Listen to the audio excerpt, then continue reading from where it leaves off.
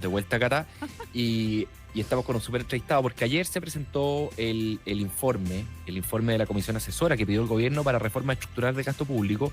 Tiene 5 miembros, si no me equivoco, y estamos con uno de ellos, Matías Acevedo, académico de la Facultad de Ciencias Económicas y Empresariales de la Universidad de los Andes y exdirector de presupuesto, también obviamente integrante de esta comisión asesora de Hacienda. ¿Cómo estás, Matías?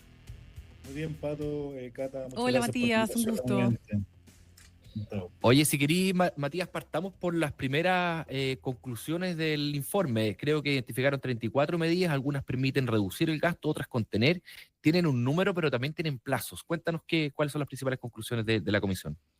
Mira, lo primero es entender el contexto. Estamos en una situación fiscal estrecha, lo hemos conversado varias veces en este programa, y en ese contexto fue que el Ministerio de Hacienda convocó esta comisión de expertos que representaban distintas sensibilidades políticas, digamos, pero que tenían algún tipo de expertise en esta materia. O sea, dicho en simple, que hayan tenido la guitarra en la mano. Y esto no lo digo por un tema, por un agregado adicional, sino que creo que es muy importante por lo que vamos a comentar más adelante. Todas las propuestas, las 34 propuestas que hicimos, fueron aprobadas por unanimidad, lo cual obviamente le da una fuerza especial, sobre todo porque muchas de ellas van a tener que pasar por el Congreso, y es distinto llegar con una propuesta hoy del Ejecutivo, eventualmente una moción de la oposición, que la verdad que en esta materia el Ejecutivo es el que tiene exclusividad, digamos, en materia de gasto, que llegar con una propuesta de consenso transversal. Y como tú bien decías al inicio, básicamente nosotros planteamos dos sets de medidas. Básicamente 16 medidas que van a reducir el gasto. Déjenme dar un ejemplo. Hay, y lo hemos comentado también en este programa, tenemos más de 700 programas sociales, algunos de ellos con problemas persistentes en el tiempo y sin ninguna consecuencia. Nosotros queremos que los programas buenos se mantengan y que no sean, y que estos programas malos no les generen externalidad negativa, porque básicamente cuando sale un programa malo dicen, bueno, todos los programas están malos. Y aquí estamos proponiendo, en cosas súper concretas, descontinuar 124 programas mal evaluados, que suman en total cerca de $2.000 millones. Obviamente hay algunos programas que no se pueden descontinuar porque la necesidad se tiene que seguir dando, pero lo que básicamente el mensaje que decimos, que transmitimos a la ciudadanía, así no puede seguir operando el programa. Y por otra parte tenemos medidas de contención. Y las medidas de contención las evaluamos en cerca de $2.500 millones. Y déjenme darle otro ejemplo. En el presupuesto, la gente cree que el presupuesto es súper rígido, que no se puede gastar más de lo que te aprueba el Parlamento, pero eso no es así. El presupuesto tiene flexibilidad y en la medida que el gobierno tenga fondos soberanos, por decirlo, o activos líquidos, puede aumentar el gasto hasta un cierto límite. Nosotros, una de las medidas que proponemos acá es limitar esa atribución. Y ustedes me dirán, bueno, una medida formal, digamos, mirada para hacia adelante. Bueno, si esa restricción hubiera operado en este gobierno, en los últimos 2 años el gasto no hubiéramos ahorrado $3.000 millones.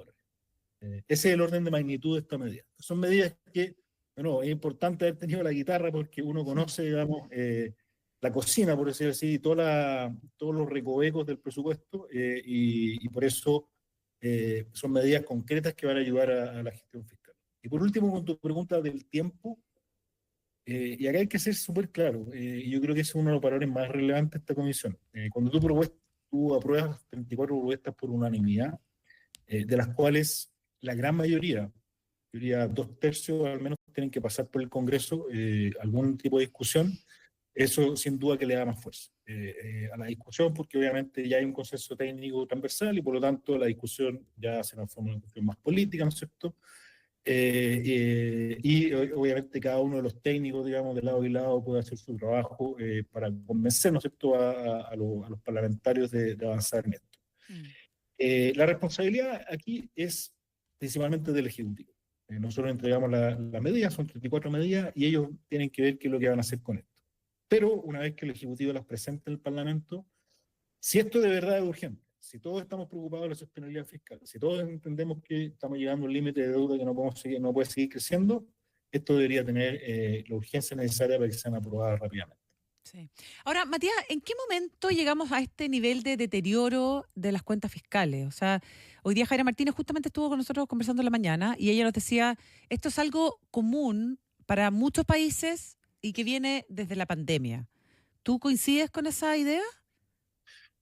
Yo creo que nos fuimos desangrando durante 15 años, hasta que no nos dimos cuenta, y nos pilló una crisis como la pandemia.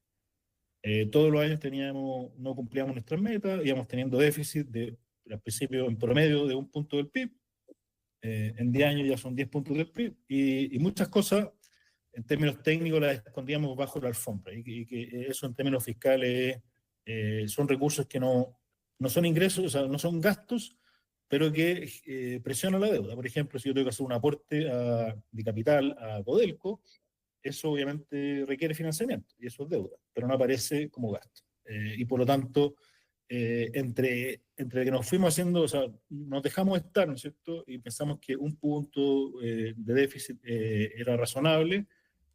Había muchos otros gastos, necesidades de financiamiento que no estaban en los gastos. Y cuando llegó la crisis de la pandemia, bueno, nos pegamos, primero la crisis social y después la pandemia, nos pegamos un salto discreto, ¿no?, en nivel de endeudamiento y en gasto, que nos pilló en una posición menos buena de la que deberíamos haber estado si hubiéramos controlado antes del déficit. Entonces, esto es algo que, y esto, a ver, nosotros todavía tenemos no quiero ser dramático de esto, yo soy bien enfático acá, siempre, o sea, nosotros todavía tenemos un margen para seguir aumentando la deuda. El punto es que nos va a llegar en algún momento la próxima crisis, evento natural, no sabemos, la única incertidumbre es que no sabemos cuándo. Y cuando nos llegue, que nos pille confesados, porque ahí sí que no vamos a tener mucho margen, digamos, para salir a buscar recursos al mercado, o vamos a estar medio estopados. Ese es el gran problema, esa es la diferencia entre los países que salieron rápido de la crisis de la pandemia, como Chile, versus los países que tuvieron efectos más profundos en la economía y sociales, que no pudieron hacer frente a las demandas sociales. Por eso es tan importante la sostenibilidad fiscal. ¿Y hay acuerdo en eso los técnicos? Por lo menos ustedes participaron, eran 5: Matías, tú, Sergio Granados, Osvaldo Larrañaga, María José Abud y Paula Darvil, técnicos de distintos sectores políticos. ¿Estamos de acuerdo por lo menos en la parte técnica de que eso tiene que ser así, que hay que ponerle mucha responsabilidad al gasto público de aquí en adelante? Sí, es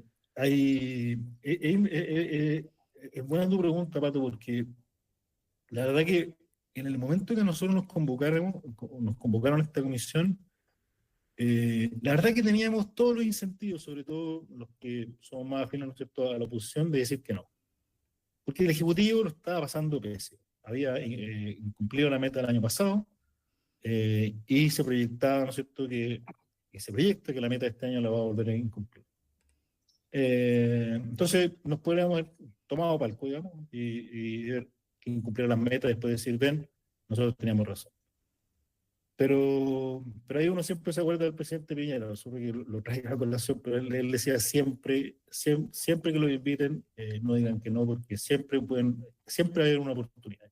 Y la verdad es que nos sentamos algunos con algo de desconfianza, no los conocíamos, yo en particular con Sergio Granado no lo conocíamos, y generamos una discusión, nos juntamos todas las semanas, nadie faltó a ninguna sesión durante 4 meses, en el centro, no por Zoom, y eso va generando confianza y va generando acuerdos, y al final del día esto que uno se tiene que mirar las caras, limar las asperezas y sentarse a conversar para pensar qué es lo mejor para Chile, no es eslogan, es una realidad, y creo que esta comisión lo reflejó plenamente cuando en temas complejos como los programas, no podemos esconderlo, la discusión de programas fue compleja, no hay ninguna comisión, ninguna propuesta de programa presidencial que diga qué programas va a eliminar. Nosotros propusimos y listamos 120 programas. Algunos polémicos, no son muy populares, digamos, en el contexto de una elección, pero decimos, así no se puede seguir entregando este servicio a la ciudadanía. No, así la gente más vulnerable no se merece que el Estado lo atienda. Ese es nuestro mensaje principal. Sí. Y obviamente vamos a esperar tomates y de todo tipo de cosas, digamos, al frente. Pero creo que ese mensaje y ponernos de acuerdo en eso fue clave, para que darle solidez a este informe. Matías, ¿y qué tal la disposición al otro lado, ¿no es cierto?, de la directora de presupuestos, de Hacienda, que ahora tiene un nuevo ministro, para acoger estas solicitudes, estas sugerencias, lo mismo que también en parte aporta en su discusión el Consejo Fiscal Autónomo?